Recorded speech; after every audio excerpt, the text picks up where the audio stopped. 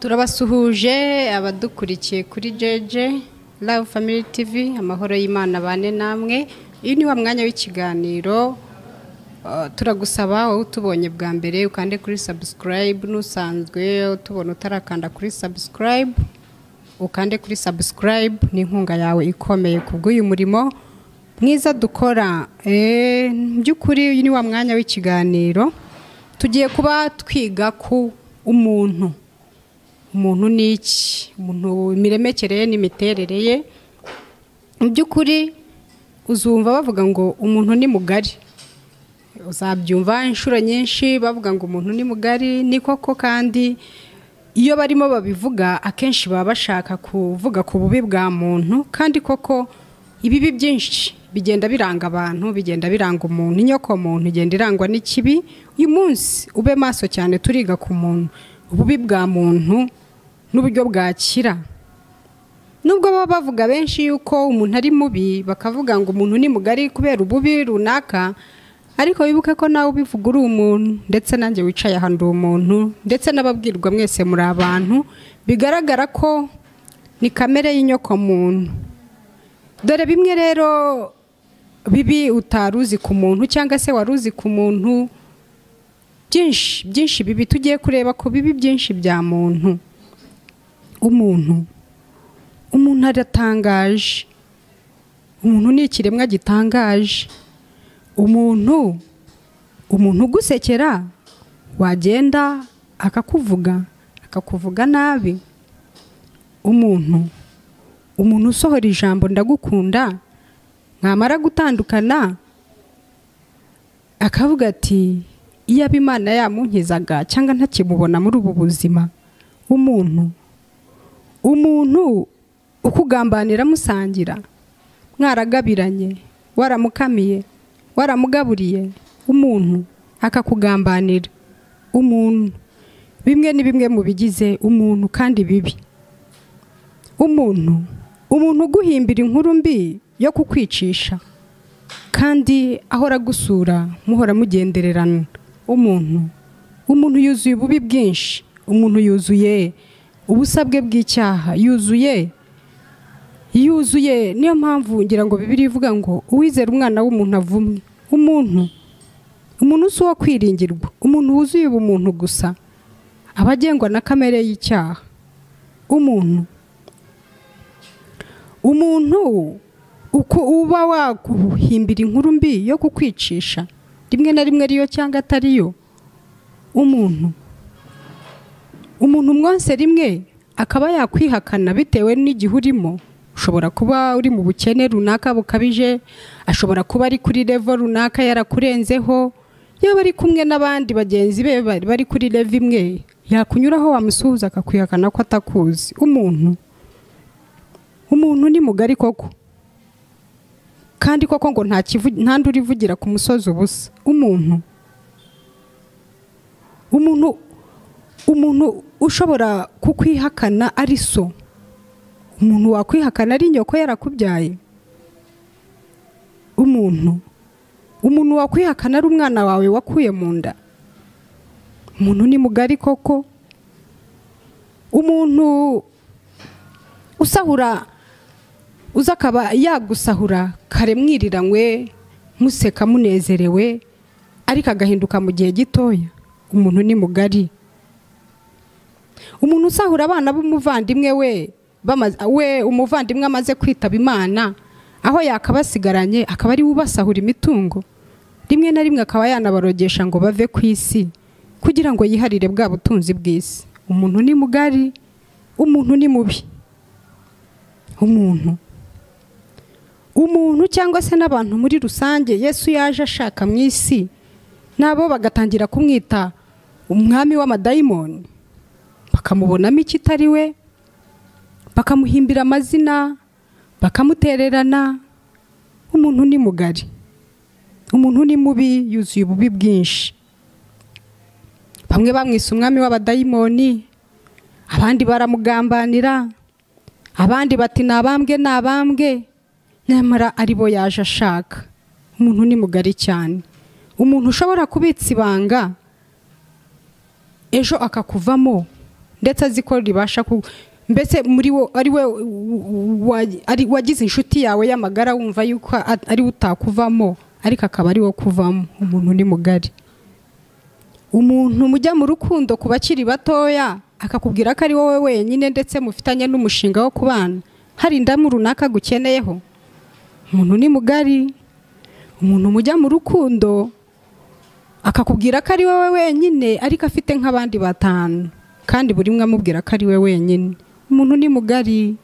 Umuntu ugusekera bigaragara ku munwa ariko ku mutima bitariho, avuga ati icyama imodoka ikamugonga akaba atakiriho, umuntu ni mugari. Umuntu ukosereza wamusaba imbabazi akakubwira ko birangiye akanaguhobera rwose, mugaseka mukanezerwa mukarya mukabaga, ariko ku mutima agahora akubita agatoki ku kandi, umuntu ni mugari cyane. Umuntu nta bwiza yabona abyihaye ubwe, ntago byashoboka, nta n'umuntu mwiza ubaho. Oya, umuntu ni umuntu koko, ahubwo ubwiza bwose n'ubutungane buri muri Kristo Yesu. Dore aho umuntu yakirira indwara ye, dore aho umuntu yakirira kamere mbi, kandi buri umwe wese yarayivukanye. Ntago bisaba ngo ube uri umuntu mwiza uri inyangamugayo ngo nibwo bwiza. Hoya, umuntu ahora ari umuntu koko. Dore umuntu rero utandukanye n'ubu bubi twavugaga, hari ibyiringiro bikomeye cyane. Hari ibyiringiro yuko umuntu ataguma ari mubi, hari ibyiringiro ko umuntu yabona ubwiza, hari ibyiringiro yuko umuntu yaba atandukanye n'aba bose. N'umwami Yesu Kristo niwe nzira wenyine, ubwo yarivugiye ati ninjye nzira n'ukuri n'ubugingo, ntawe uzajya kwa data ntamujyanye. Bishaka kutubwira neza ko umuntu uri hanze ya Kristo byanga bikunda hagenda hose asa nk'umuntu wayobye inzira, asa n'umuntu wirukanka ariko asiganwa atazi yajya. Ibyo ari byo byose nubwo wakomerwa amashyi na sosiyete, nubwo wakora ibikorwa by'indashyikirwa byinshi, utarakira umwami Yesu Kristo, bwa bubi bwose buba bukikurimo. Nubwo utabusohora ngo ubukore, nubwo utarabona imbarutsi gutera kubikora, ariko wabikora kuko bwa bubi bwose bw'icyaha buracyari muri wowe, urubori rw'icyaha ruri muri wowe. Ese nubona igiti ukabona kitarazana imbuto, wenda tuvuga ari nk'ironji, uzanga kucyita ironji kuko kidafite za mbuto z'ironji? Impamvu kitarazana imbuto z'ironji ni igihe cyacyo kitaragera, ariko igihe kizagira kigaragaze ko ari ironji. Kikimera kitarazana n'amaronji ku mashami, burya cyari ironji. Nikizana amaronji ntibizagutungure kuko cyahoze ari ironji. N'umuntu uwo ari we wese utarakira Kristo ntabwo bisaba ngo abanze akora icyaha ngo tubone ko ari umunyabyaha, ahubwo muri we harimo umwimerere w'icyaha. Nubwo atagikoze physically ngo akigaragaze, ariko indani muri we kirimo arakigendana. Igihe yagikoze ntibizagutungure, kubera yuko imbuto yacyo agendana nayo ariyo kamere y'icyaha y'urupfu izarimbuka kandi ikarimbura nyirayo. Dore rero noneho ubuntu bwarabonetse, inzira yarabonetse n'imwe gusa, ni muri Kristo Yesu honyine wakirira. Kristo Yesu aravuga ngo abarushye n'abaremerewe muze mbaruhure. Bwa bubi bwa muntu bwose twavuze ni umuruho twikoreye utegereje kuzarimbura umwana w'umuntu. Ndagira ngo nkubwire ngo hari inkuru nziza, ariko inkuru nziza ibanzirizwa n'imbi. Ntabwo inkuru nziza yabaho inkuru mbi itariho. Inkuru mbi rero niyo twahereyeho, nuko umuntu yagomeye Imana akaba ikigomeke, ntiyumvira Imana biturutse muri Adamu, bigahita biba karande ku nyoko muntu yose, ku muntu uzaturuka ku muntu wese. N'umwana muto w'uruhinja akivuka avuka ari umunyabyaha. Ntabwo bisaba ngo akure abanze kumenya gukora icyaha, ahubwo indani muri we ni umunyacyaha kuko ari umuntu yabaye mubi. Iyo ni inkuru mbi kandi ibabaje. Ariko inkuru nziza ihari nuko hari uwaje, nubwo icyaha cyazanywe n'umwe Adamu, no gukira kwazanywe n'umwe, kugira ngo abamwizera bose ngo batarimbuka, ngo ahubwo bahabwe ubugingo buhoraho. Kuko Imana yakunze abari mu isi cyane. Nubwo umuntu yabaye mubi, ariko urukundo rw'Imana rwo ntiruhinduka. Abantu barahinduka ariko Imana ntihinduka. Urukundo rwayo rero ruravuga ngo kuko yadukunze cyane byatumye itanga wa mwana w'ikinege. Kristo ni mwiza kandi nashimwe, kuko ngo yabonye ko kugumana n'Imana muri cya cyubahiro, muri bwa bwiza, bitari byo kugundirwa,